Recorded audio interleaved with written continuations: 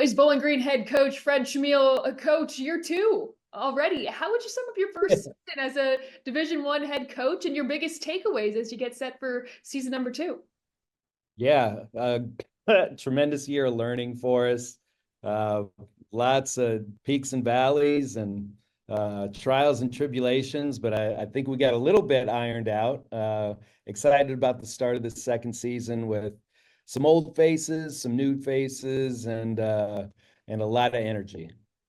Well, like you mentioned, some of the trials and tribulations, injuries played such a large role in the outcome of your season, but despite that, finished tied for fourth in the MAC. What can you say about your team's depth and the ability of your players to stay ready, given they could be called upon in a moment's notice? Yeah, last year we got all the way through to the end of our bench, and we did have a lot of injuries, but our players, they played amazing. They gave all they had for every single game. There was not one game that they didn't give their full effort. So I appreciate them, and we're working through the rehab part of things and trying to get some of the old faces back up to speed, and the new faces are meshing well. So it's always going to be a situation that you're going to deal with injuries in this day and age. They play a lot of games in their AAU season, and it's like an NBA.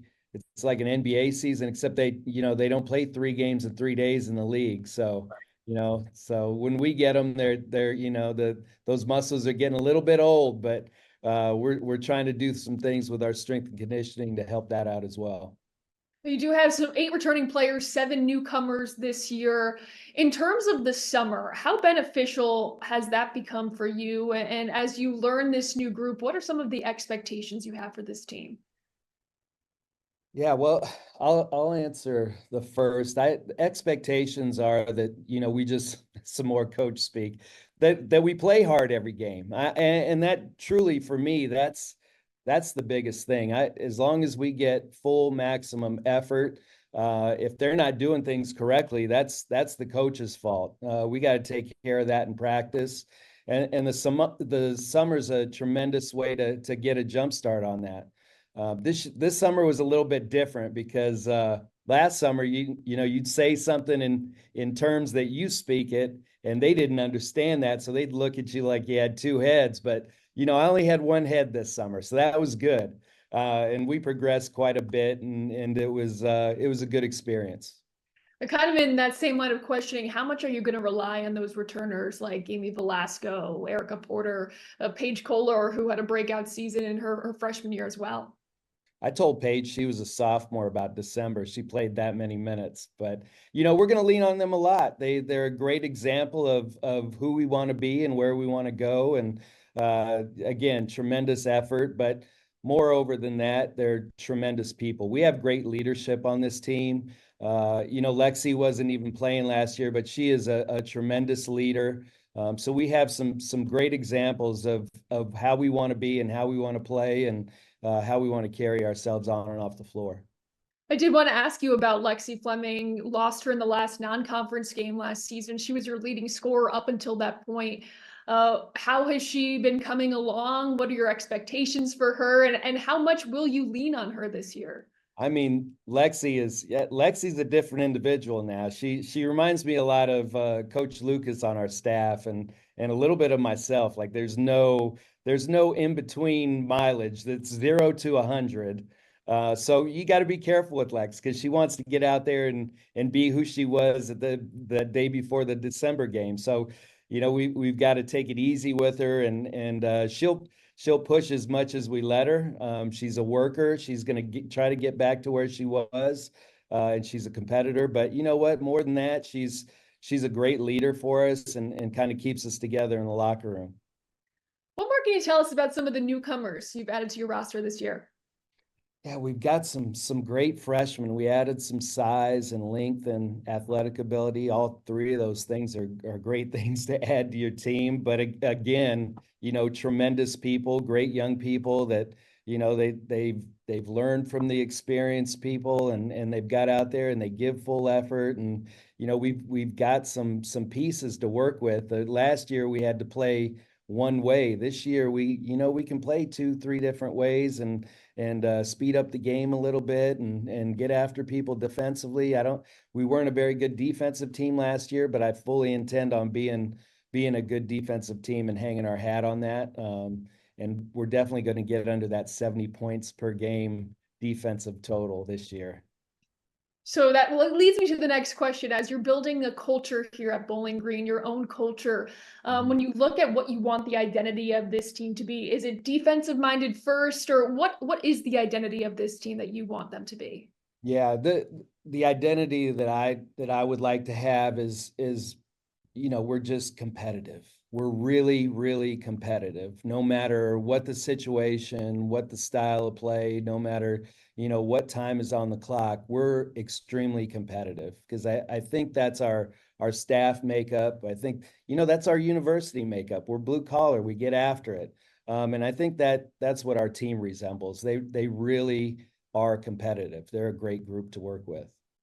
Coach, before I let you go, I do want to ask you about the conference as a whole. You've obviously been at all levels of Division I women's basketball. When it comes to the level of competition that you face on a nightly basis in the MAC, how would you describe it? And maybe sometimes the disrespect that this conference gets nationally when it comes to the NCAA tournament.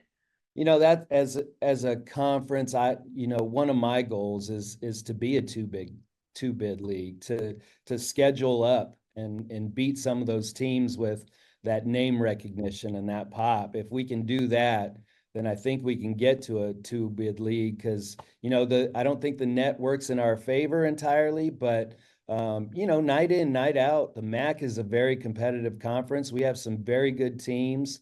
We play neck and neck with Power 4 conferences throughout the preseason. So I'd like to be a 2-bid league. I'd like to get 2 teams in the NCAA tournament. I think we schedule for that, and I think we compete for that. Well, Coach, thank you so much for taking the time. We really appreciate it, and we'll be seeing you soon. Thank you. Appreciate it.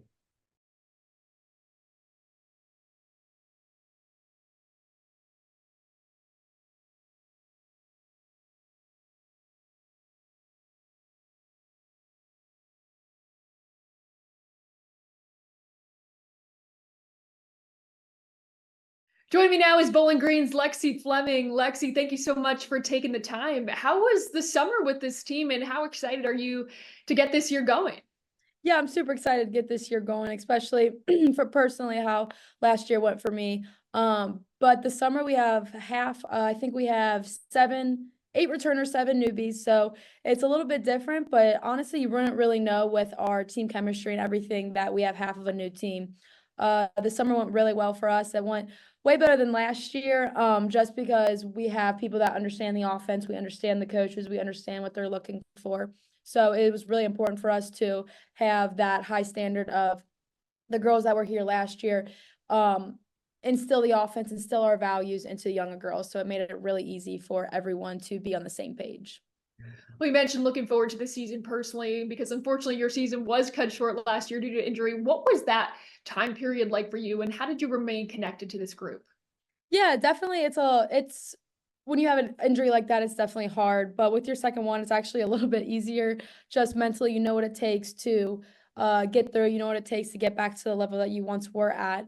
But to stay connected with the group, I think they just did a great job of involving me in everything. I was always at practice, always helping out. The girls would come over and be like, "What do you see?" Because obviously you see things differently when you're not on the court. So it was really important for me to have the girls' back and for them to always see me as a leader and to see just things that they could not see on the court. Well, you've already had a tremendous career in this conference. You were having an incredible start to last season, leading the team in scoring amongst other categories. How will you look to continue to build off of that entering this upcoming season? Yeah, I think it's just most important for one that I'm back on the court, that I'm not on crutches, that I'm not in any pain. I think it's not necessarily looking at scoring or anything. It's just being back with the team, being out on the court with everyone. I think that's the most thing I'm looking forward.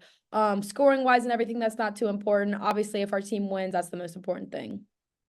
Coach, now heading into his second season, how would you describe the relationship you two have been able to build? Yeah, it's definitely been awesome. Just where all he has been with like South Carolina and everything, it's just really cool to see like a different perspective. I've been lucky enough to have 2 different coaching staffs with 2 different perspectives, but with the same goals. So it's been really cool to see how each leaders are great leaders in their own ways, and to kind of I can kind of have the option of picking and choosing of, hey, this is what I like, this is what I see, this is what I see in myself. So it's just been really cool to play under him and learn from him. Well, you talked a little bit about the change that's occurred over the last 2 years, 2 different coaching staffs. You add, like you said, 7 new players this year. What would you say is most different about this year's team? I think is the team chemistry, and that is not to like knock any past teams or anything, but I think the team chemistry is really important. We all get along, we all hang out, we're all joking around with each other. It is fun to go to practice. It's fun to do all these types of things that we do. So I think the team chemistry is definitely that one that is different from last year. I just think we have a great identity of who we are and who we want to be on the court, who we want to be off the court, how we want to play and everything like that. As you look ahead to this season, do you have any team and individual goals for what you'd like this year to look like? I think definitely our number one team goal is the MAC regular season and the MAC tournament. I think MAC tournament is really important. I'm coming up on my how many years? 5 years. I'm going on 5 years that I've been here, and I really want to see a MAC championship come back to this program. Awesome. All right, Lexi, before we let you go, we're going to ask you some quick rapid fire questions to get to know you a little bit better. Let's do it. All right. What is your favorite food? Ooh, any type of pasta. Awesome. Favorite place to go on vacation? Anywhere in Florida. Song you can't get out of your head right now? I can't name one, but it has to be anyone off TikTok. Okay. Dream job outside of basketball? I think I still be in sports, but just an administrative role. Awesome. Favorite color? Pink. Hidden talent? I don't know if this is a talent, it's just a weird thing I can do is wiggle my ears. Oh, okay. Favorite movie? Remember the Titans. If I'm visiting campus, where's one place I need to go?